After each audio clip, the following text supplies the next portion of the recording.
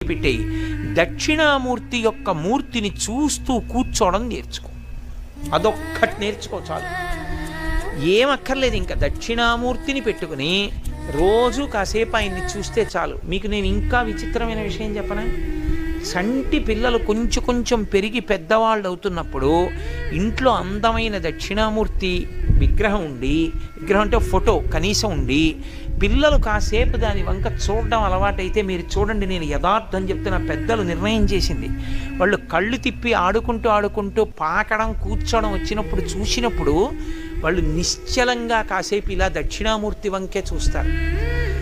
పిల్లలు చిన్నతనంలో దక్షిణామూర్తి వంక అలా ఎదురుగుండా కూర్చుని చూస్తే 2 ఫలితాలు వస్తాయి. అపమృత్యు దోషం పోతుంది, సరస్వతి కటాక్షం కలుగుతుంది. అందుకే అసలు ఇంట దక్షిణామూర్తి ఫోటో లేని ఇల్లు ఉండరాదు.